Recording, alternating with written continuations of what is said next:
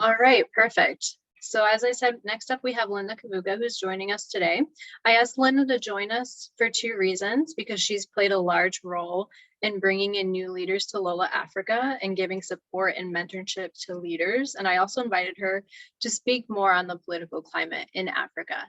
Now, Linda is an international trade lawyer. She's an advocate of the High Court of Kenya, a Frederick Bastiat Fellow at the Mercatus Center, George Mason University, and an alumnus of the Atlas Network Smith Fellowship.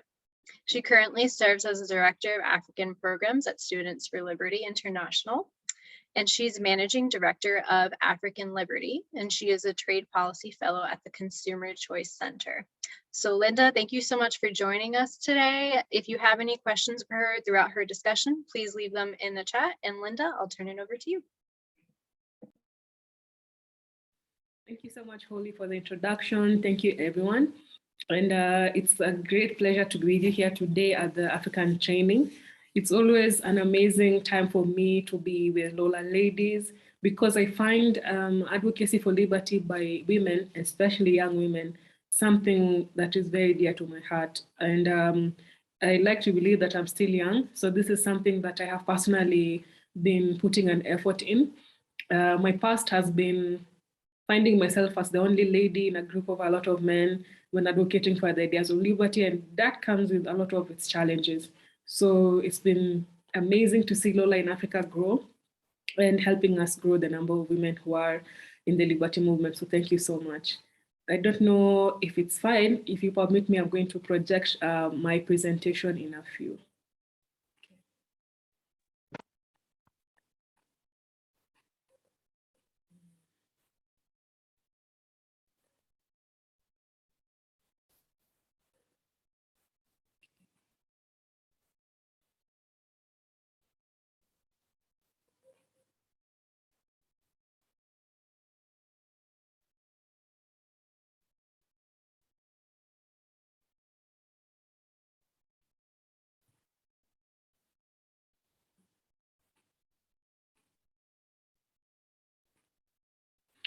Please let me know if you can see my screen. Yes, you are good. Thank you so much. So this is just a summary of my profile. And in case anyone can't see me very well, I hope the picture is a bit clearer. So this is me. And as Holly said, today I'm speaking about instituting political change in Africa. So the first thing is we'll talk about barriers that are keeping women from engaging in African politics. I come from a country where we have a very heated political climate. This is Kenya.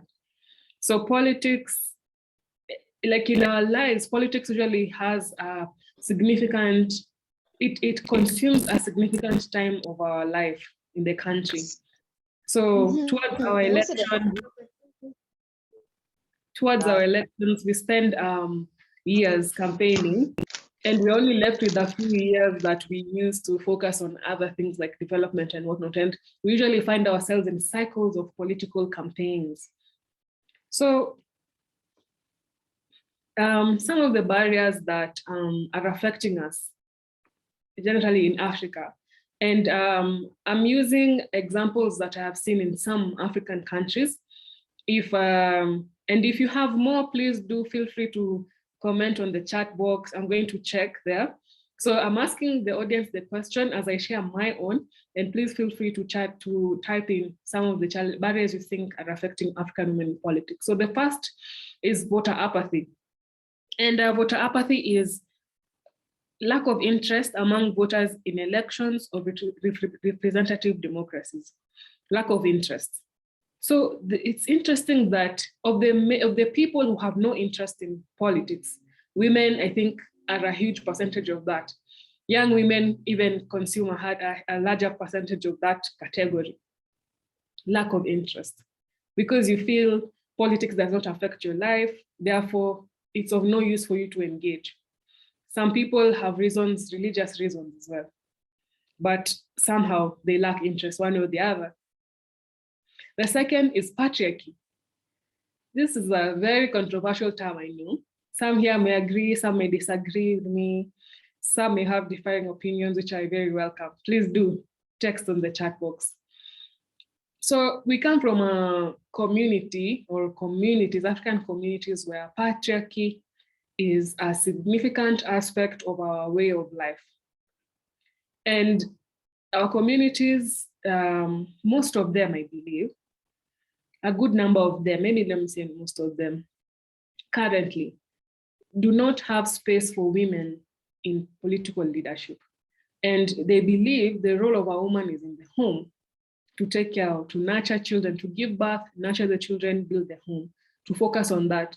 So your agenda should be, if now if you like, go to school, but your goal should be, prepare yourself for marriage, go be a wife, bear children, take care of them, the family, your husband, and die or something. Nurture the community. So this is how we grow up, we, exposed to this kind of thinking, and this is what we see. And okay, I say maybe from my generation and backwards, that was something we kind of saw in one way. Now it's better, but this then affected us in our subconscious. You feel like I'm not supposed to be in political leadership, therefore I'm not interested. You shy away because it's ingrained in you. Do you guys agree with me? I would love to hear your thoughts on the chat box. So please do share your comments, experiences, and what you think. Political violence is also one of the barriers affecting women to engage in politics. As I said, I come from a country where we have very heated politics here. And sometimes our campaigns are usually violent.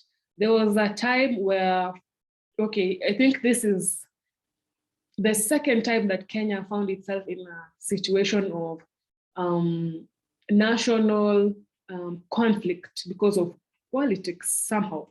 I think it's the second time, and it is 2008, where we had a very highly contested elections.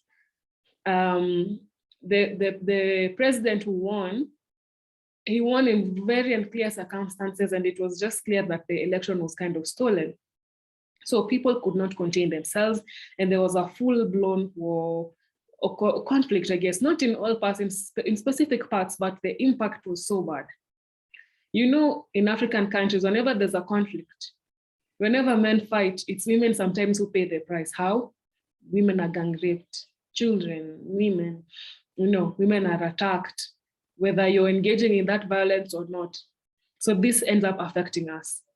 So also, people bully women out of politics.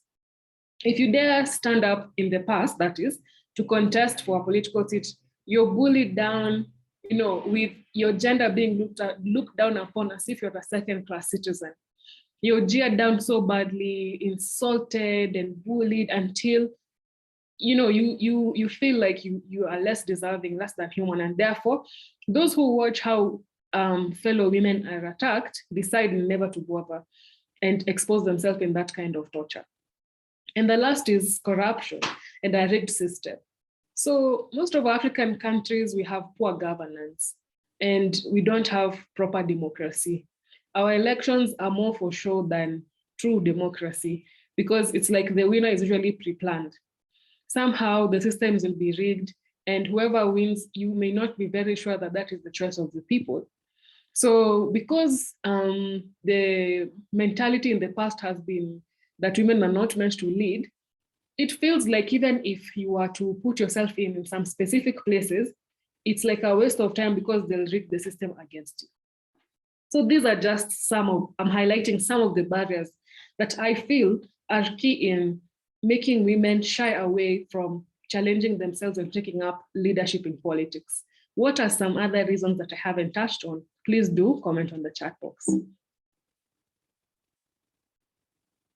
So how is the political climate in Africa though, currently? So this is where we have come from. Where are we at the moment? Currently, I would say in the past, as I mentioned in a summary, the political environment, political leadership was not for women. So women were excluded from political leadership.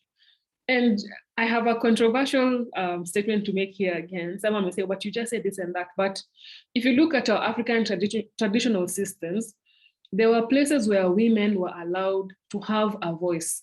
Women had their own tribal groupings where they'd have their meetings, their political leaders.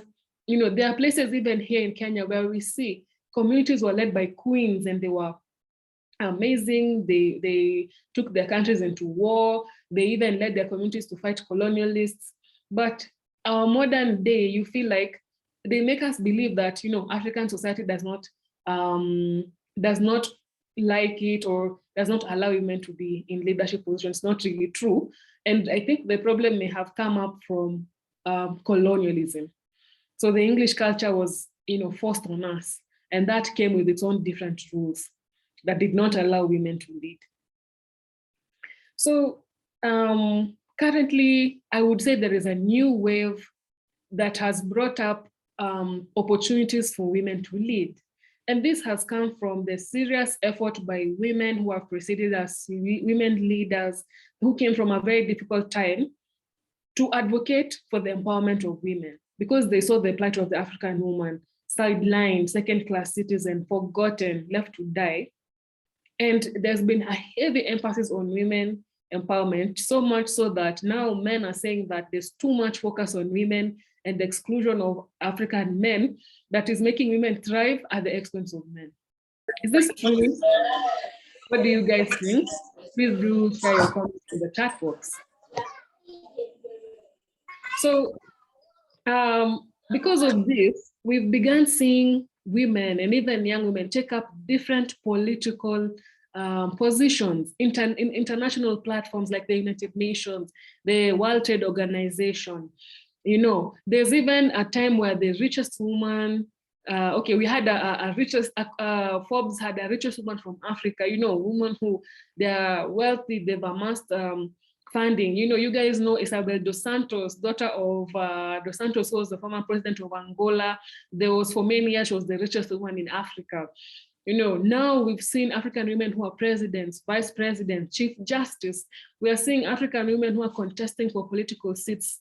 Like in my country, Kenya, women now are contesting for seats that they would never dare in a different world. They're contesting for governor seat, member of parliament, senators. Women are being elected into government to serve as ministers, cabinet secretaries. Women are now diplomats around the world, and it's amazing to see. And now our political parties are featuring women as their members. They are not members of us. There's no special group created for them, but women now are part of the membership of the political party in equal standing as their male colleagues. So some examples here of top women in political seats. And here is Dr. Ngozi Okonjo-Iweala. I don't know, everyone here should know her. The African students should know her. We've been speaking about her. She's the Director General of the World Trade Organization. Such a huge, huge role. It was hugely contested by men, but she is the one who won, not only being African, but a woman. And it is highly deserved so. We have Samia Suluhu. She is the current president of Tanzania. While people did not vote for her, she was the vice president of the country. And when their president died out of COVID, she, as the vice president, was sworn in to complete his term. And she has been doing an amazing job. Amina J. Mohammed is the current Deputy Secretary General at the United Nations. What a seat. You guys know, especially here in Africa, the power and the might of the United Nations, and to have an African woman leading such a political institution is amazing to see. In my country, Kenya, we now have, for the very first time, a female Chief Justice, and her name is Martha Koome. She was recently appointed, having performed the best out of all the applicants who are there. So it's really amazing, and it has contributed to the development of women in leadership around the world. And for us in Africa, we don't have very many women Chief Justices, and she is making history. And here is someone, some of you may not know her, but Bogolo was once the youngest member of parliament that we had in Africa, I think. And she was appointed as the Minister for Trade in Botswana. This was during the former government. She was appointed in her early 20s. So you can imagine how a young woman getting such a high seat, this was amazing. And it's amazing to see. And I hope we're all inspired that women are making it. And you can now see from these examples, these are just a few examples of so many. I could go on and go deeper, like the current president of Ethiopia is a lady. You know, we know Salif, the former president of Liberia, and many more who are representing Africa on the world scale. So something else regards change is an overview of the Constitution of Kenya 2010. So the Constitution of Kenya has gone on to implement affirmative action in the Constitution. And what does this mean? Affirmative action, I think I can even invite Holly to say maybe a word of this. Holly, would you like to maybe go over affirmative action in brief? Because I know the origin of this, if not the US, it came from Europe. So I can ask you to maybe share what this means before I go on to explain what this slide is saying.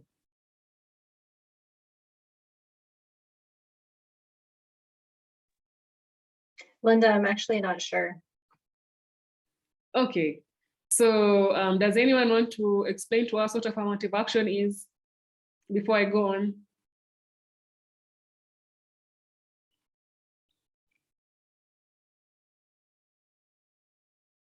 Okay, that is food for thought. So you guys have a lot of reading to do. If you're here as a lady of liberty, you must, something like affirmative action is something that you should know at the tip of your fingers. Why? Because this is a concept, this is something that women in the olden days, they came up with this concept as they fought for the representation of women in politics, women in leadership. There was a time once upon a long time ago, in the developed world, of course, not for us in Africa, women could not vote. Women were not allowed to work. Women were not allowed maybe even to own land, to own property. They could not be represented in any way without a male family member or a husband. They needed to get a husband. You cannot get divorced and so forth. So affirmative action is so important. Please read about it. I won't explain in detail here. Please read about it. So the Kenyan Constitution of 2010 has implemented affirmative action in some of its clauses. You know, I don't know if we have legal students here. You know that a constitution is known as the supreme law of the land. Like, it contains laws that guide a country. Okay, so some of the examples of places where this affirmative action has been implemented is Article 27. So the Kenyan law at the moment, you know, advocates for equality and rights against discrimination. So currently, you cannot discriminate on people against all those very many different sex, gender, disability, etc., tribe, you know, age, and so forth. If you do this, a person can sue you in court of law. This is when it comes to politics, when it comes to leadership position in government, you know, probably even in institutions. So the Kenyan law right now favors equality and rights against discrimination. So this article is speaking about that. Article 100, it means Parliament here is expected to create a body whose main job would be to make sure that the rights of specific category of people are protected. And the Kenyan Constitution has listed a list of people who have been neglected over the years and haven't been represented. Youth, women, persons living with disabilities, and so forth, among a special group of people. Article 172 talks about the Judicial Service Commission. So for us in Kenya, the Judicial Service Commission, the ones who appoint, they hire judges and magistrates. You know, they're the ones behind the selection of who becomes the Chief Justice. So they have a serious role, and they work with directly with the president. So that commission must be guided by gender equality. Even in the election, in coming up with members of this commission, they must look at the list of members. Okay, Article 250 talks about the chairperson and the vice chairperson of a commission. They must not be from two different genders. Okay, they must not be from the same gender. Sorry, they must be from two different genders. This means if the chairperson is a man, the vice chair ought to be a woman and vice versa. So generally speaking, to just put this all into one basket, also, in political leadership in Kenya at the moment, no political or leadership position can be filled by more than 2/3 from one gender. What does this mean? For example, the list of ministers, more than 2/3 cannot be men or women, okay? Judges cannot be more than 2/3 who are male or women. They have to balance the genders. Rwanda is a country, when I was researching, I've come to see something interesting about them. Rwanda is ranked first globally. Why? Because they have the highest number of women in political leadership.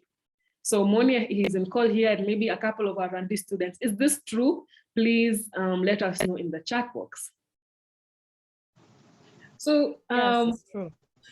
It's true. Wow, this is good. So let me just go back to that slide. What does this mean?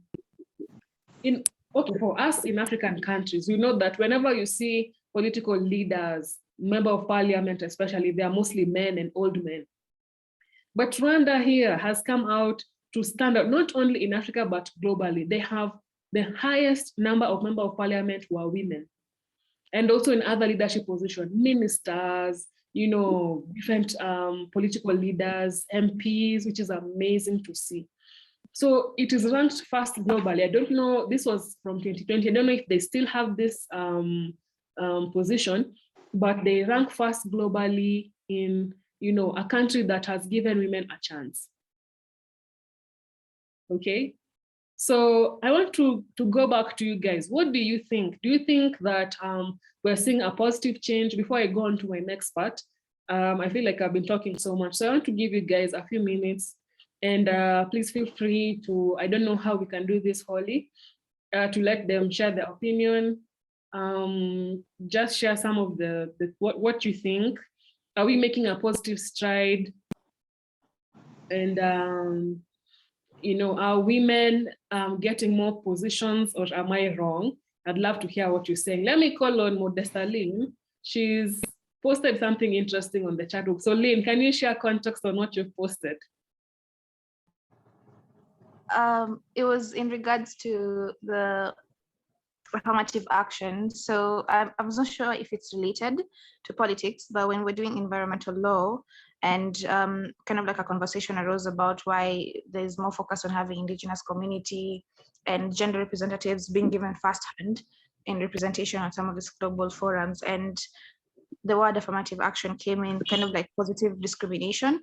It's whereby kind of like a group that's formerly being discriminated, being given the upper hand when it comes to representation, when it comes to policies that favor them. So yeah, I'm not entirely sure if it's still the same with politics, but yeah, that's the kind of meaning that we derived. Yeah. Thank you so much. And I saw Ayman making some comment there about affirmative action. I don't know if she wants to share this.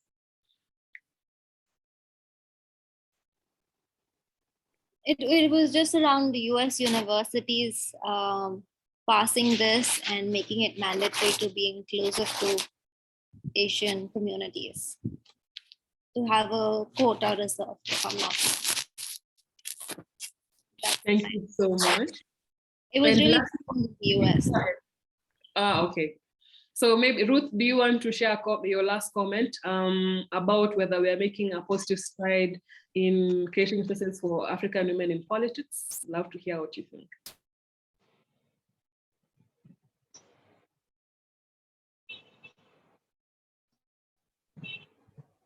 Yeah, well done, Linda. That's a very great presentation.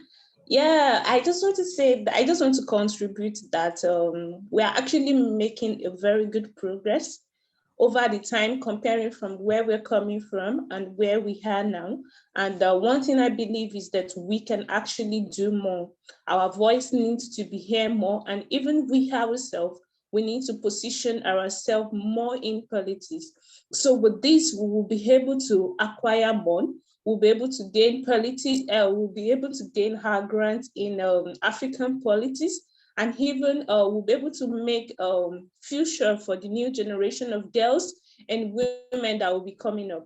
So that's the comments that I have to say. Thank you so much and well done.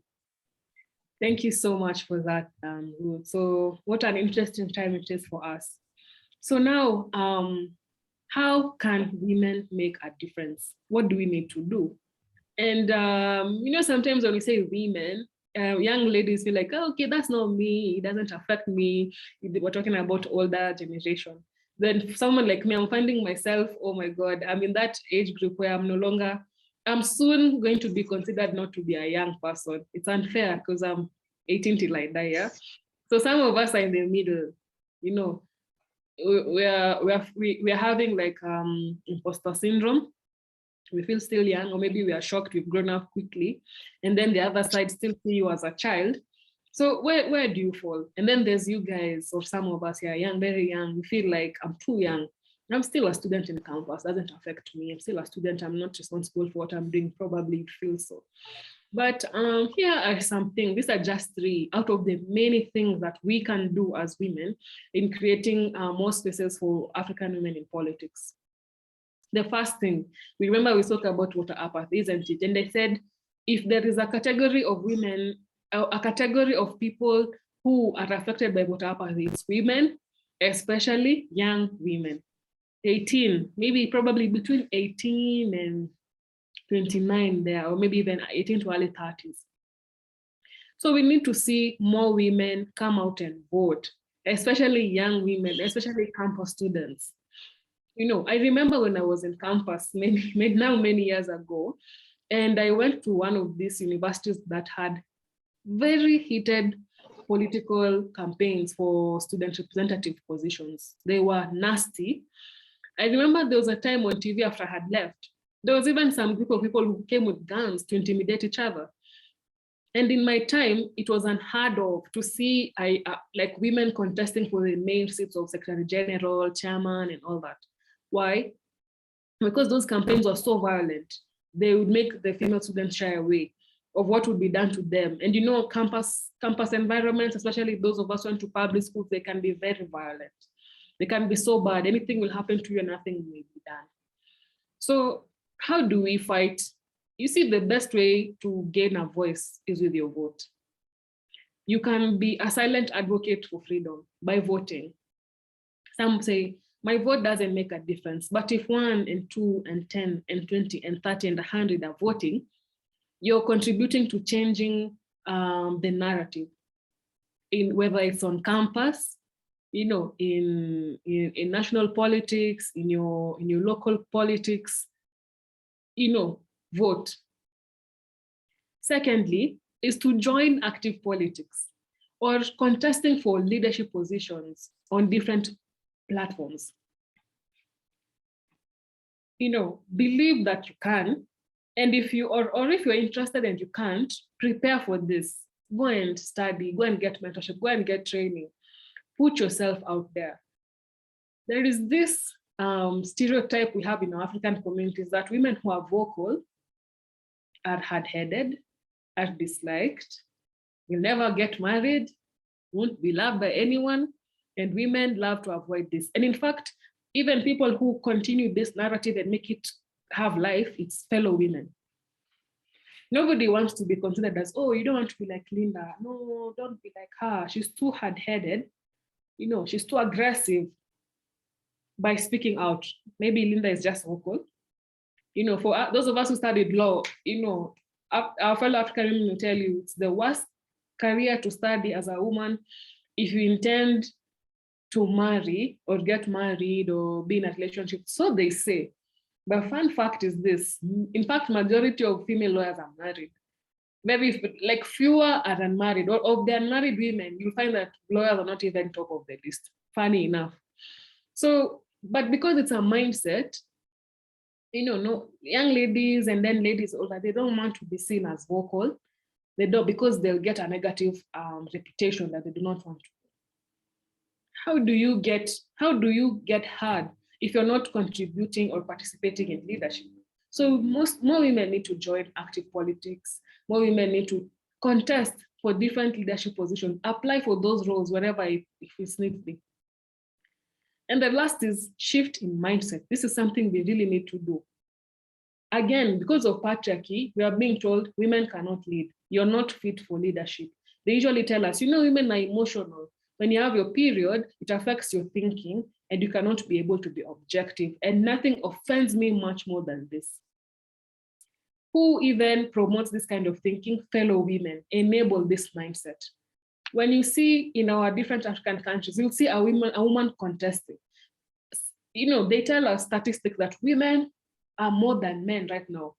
But our people, when they tell us women are more than men, the funny thing is they use it against us to try and justify marrying more than one wife or many women. They say, no, well, there are more women than men. So we have to share, okay. But when it comes to leadership, you do not see the impact of having more women than men. And is it true that we have more women than men? What do you guys think? I'd love to hear your thoughts on the chat box. But that mindset is something that, funny enough, you may think it's cliche, but if you go in Kenya, we have some very broken English. We say if you go to the ground, kwa ground in Swahili, and talk to the local people and see what they think, you'll be surprised that women, are even top of the list who shut down fellow women. Right now in the Kenyan political scene, we have a woman who is contesting, who is the running mate of one man who is contesting for presidency. So they are one of the main political parties and they have a high chance of winning. If they do, it means for the first time, Kenya gets a woman vice president. So when she was named, the running mate of this political leader is called Raila Odinga. Her name is Martha Karua, by the way. She's a senior counsel and a long-time lawyer and politician in Kenya. So when she was named, the radio TV stations went to talk to people randomly. And there's some women who are saying, no, she cannot lead, and this, she's a woman, no, we need a man to lead. We will laugh off this kind of thinking, but you'll be surprised at what our people think out of ignorance. And so we need to shift this mindset. And this is one of the positions that are key for Lola to help us change this kind of backward mindsets. So does politics affect our everyday life? No. And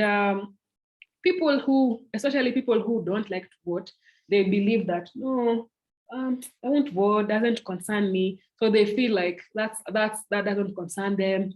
It doesn't affect them, but that's not true.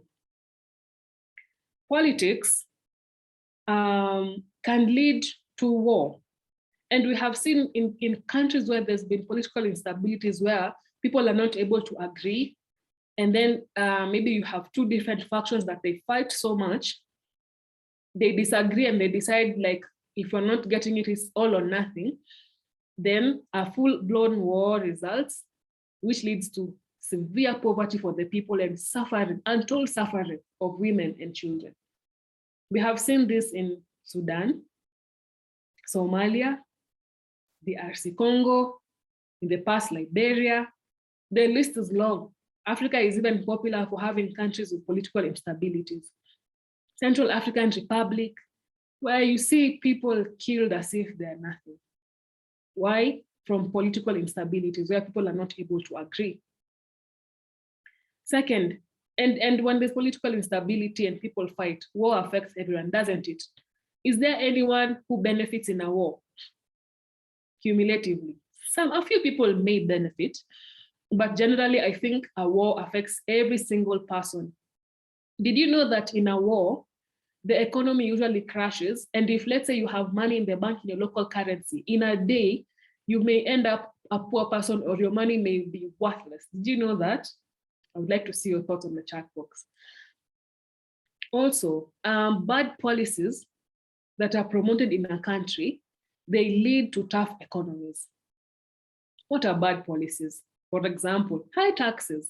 In my country right now, we've been on the high when it comes to taxes. We've been receiving news of a new tax or a higher amount of tax to be paid for this or that. And the impact has been a very tough economy. Life is so difficult right now. And if life is difficult, anarchy comes up. people are losing their jobs. Companies are shutting down, so people are losing their jobs. People are becoming desperate. Opportunities are less, pressure is more. And what happens? Crime becomes on the rise. Bad policies even means they are very restrictive, and it means that the business environment is not conducive for business. It's not conducive for thriving businesses. In Kenya also, and many African countries, they're introducing a tax for a digital tax. Did you know that in Uganda, you have to pay a tax for you to access social media? Do we have Lola ladies from Uganda here? Please let us know in the chat box how this is for you. And that's a very bad policy. You know, we have policies that criminalize LGBTQ.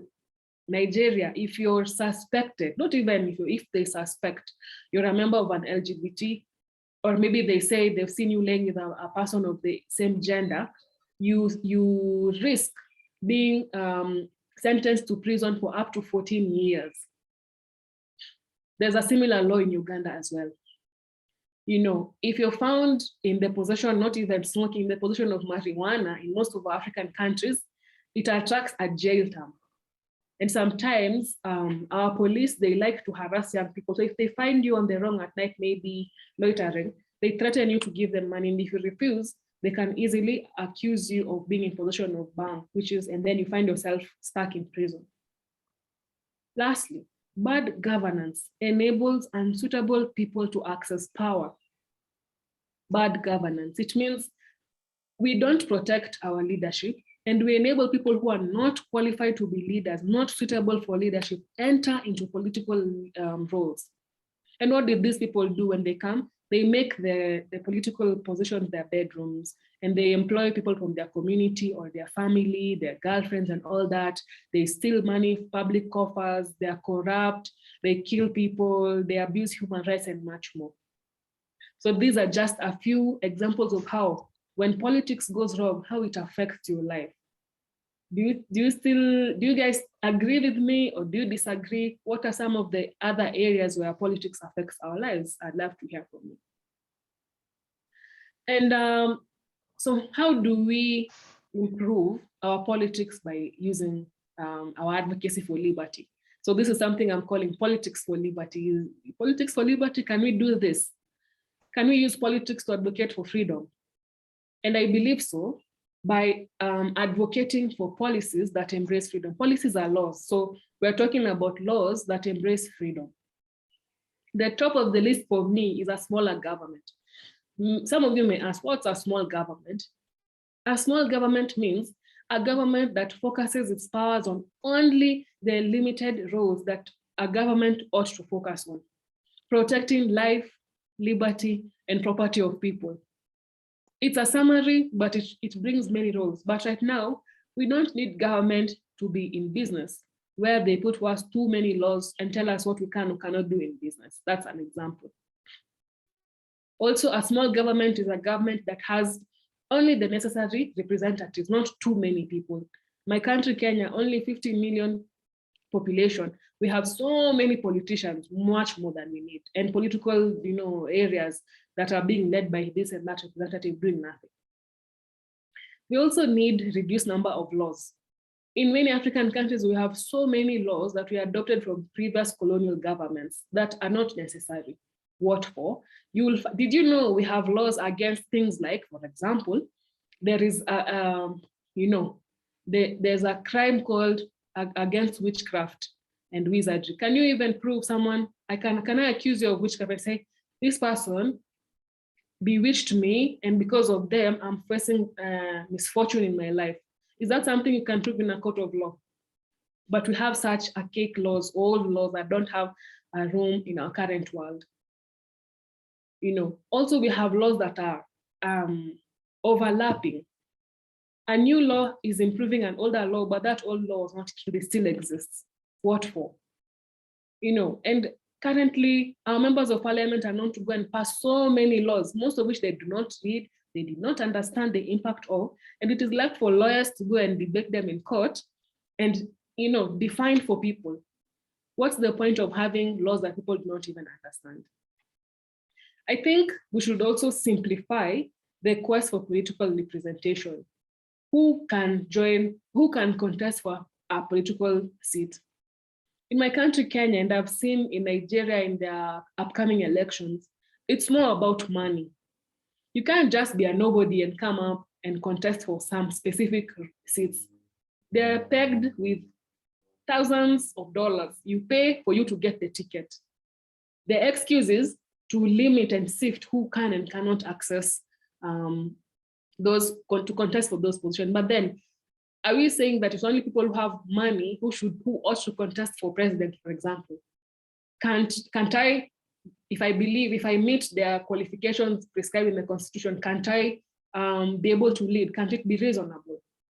So I think simplifying the quest for political representation may help us improve and make it more democratic and make it better for all of us.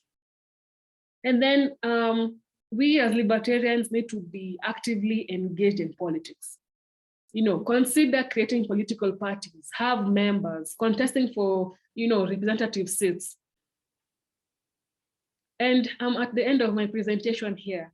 So as I conclude, this is a call to action for you, my dear Lola ladies. What do you do, and what should you do, or what can you do to make sure that you're contributing to the improvement of political environment or making it more free in Africa? In your group meetings, you should consider discussing political questions or political issues that are affecting you. They are there, research them and you'll find them. You could host trainings like these ones on leadership for your own local people.